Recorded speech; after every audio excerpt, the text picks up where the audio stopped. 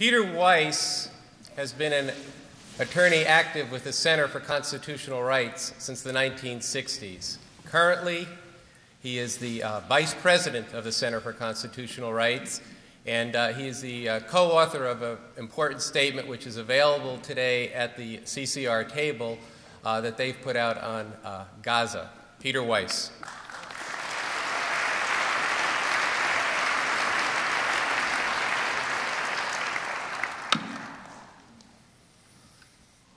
A word of explanation.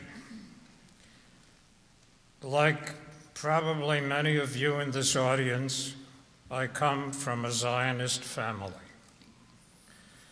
In Vienna, where I was born, my father, who was a member of Kadima, the fraternity founded by Theodor Herzl, used to take me down to the race course to hear speeches by Jabotinsky.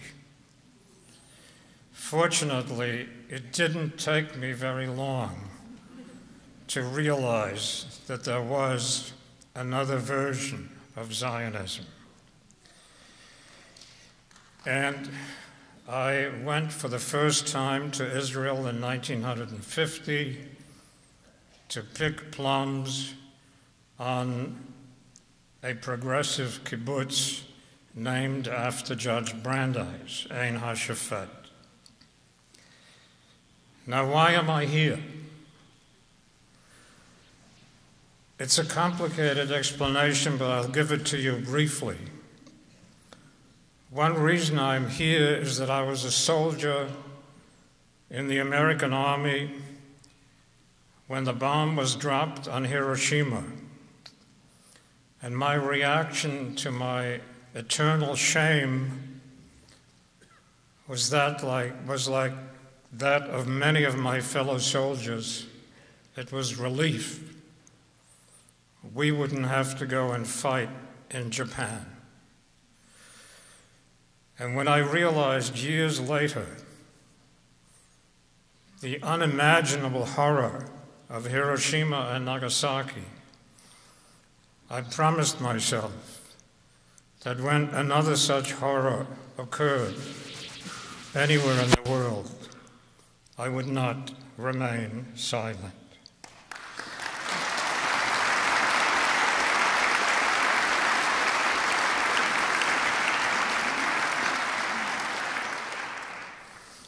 Now hear this about the horror in Gaza. This is a report from the International Committee of the Red Cross, published on January 8. Relief workers found 4 starving children sitting next to their dead mothers and other corpses in a house in a part of Gaza City bombed by Israeli forces. This is the report of the International Committee of the Red Cross. And further on in the report it says, they were too weak to stand up on their own, the children. One man was also found alive, too weak to stand. In all,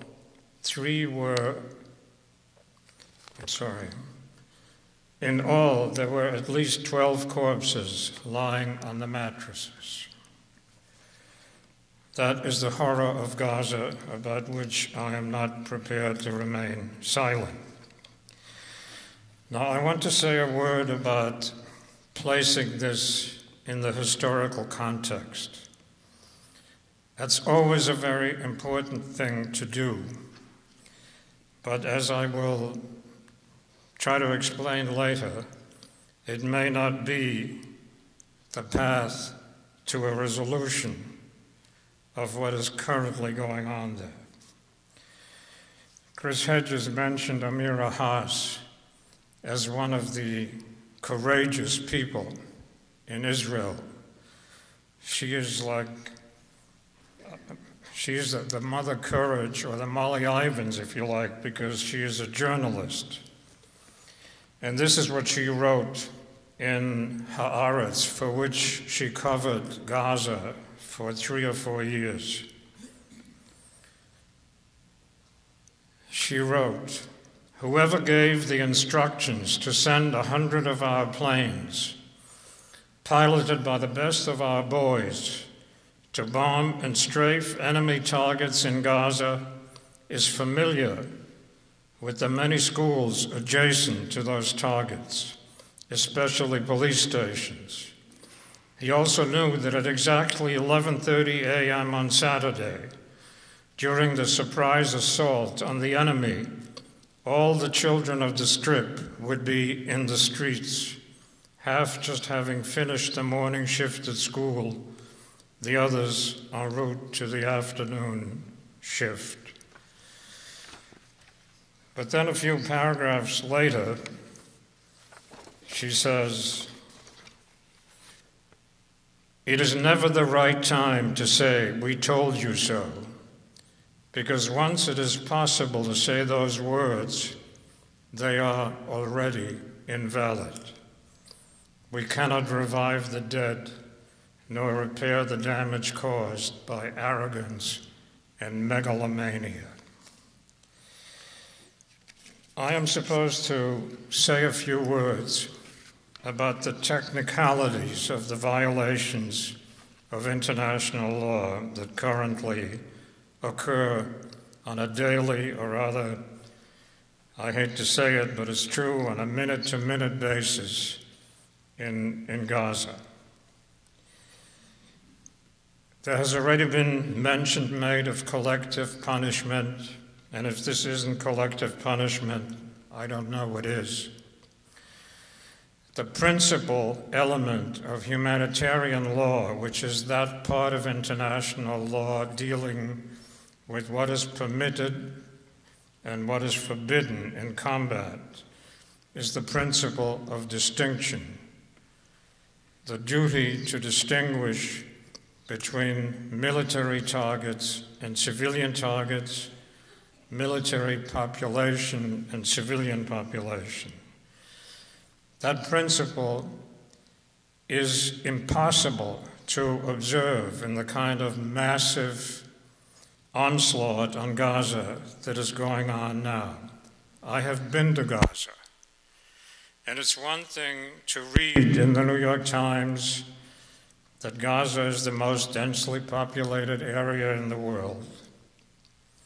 And it's another thing to be there and see what densely populated means, and how one house is on top of another house, and how many people are cramped into their homes in the Jabalia camp.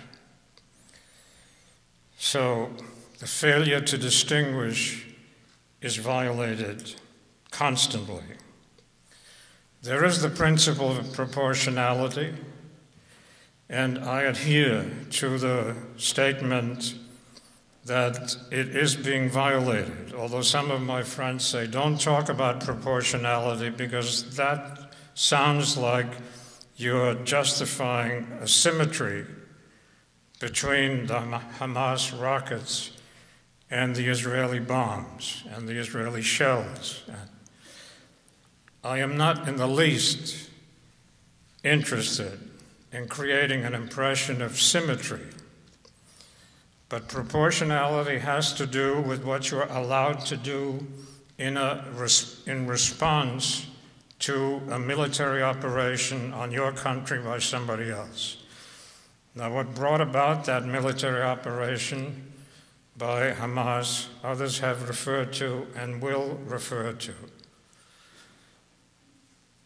But it simply does not, in legal terms, justify the enormous response that we are seeing. So I think it's important to maintain some kind of very distant relationship for the following simple reason. If you say self-defense, if you say there is no justification at all for self-defense, then it follows that the Hamas rockets can go on. And if the Hamas rockets go on, there will not be an end to the slaughter. This is not a justification, it's not an excuse, it's not an explanation, it is an elementary fact. Because unless the rockets stop, Israel will not stop the kind of attack that you've heard from Chris and that you will hear from others. So here's I do want to look forward a little bit so that this is not an evening simply of lamentation, although lamentation is more than called for. I want to say a couple of words about my idea of what the solution to this horrible situation is, which I hope is being negotiated in Egypt. I think there has to be a mutual understanding of absolute end to the violence on both sides. There has to be an absolute commitment by Israel on ending the blockade and allowing humanitarian aid and other goods that make life possible into the territory. And I think there has to be some kind of monitoring of the northern border, which incidentally, according to Jimmy Carter, and also according to the head and the deputy head of the political bureau of Hamas, is likely to be acceptable to Hamas. Also important, it is to note, no, I'm going to skip that because I'm getting a signal, okay? I want to tell you what you can do. You can do a couple of things. You can go to your computer and Google Grassroots International. Grassroots International has been doing wonderful work in Gaza for the last 10 or 15 or 20 years, and they are now calling for emergency donations to supply some small comfort to the terrorized, besieged, and injured people of Gaza. The other thing you can do is this coming Friday, you can go to a rally in Foley Square from 11:30 to 12:30 in preparation for a case that will be argued at 2 o'clock that afternoon in the Court of Appeals for the Second Circuit in Foley Square. It is the case against Avi Dichter, who was responsible for giving the order in an earlier war to drop a 1-ton bomb on a house in which I think a Hezbollah leader was suspected to be living. He was not killed, but 15 civilians, mostly women and children, were killed and 150 were injured. And this case is about that.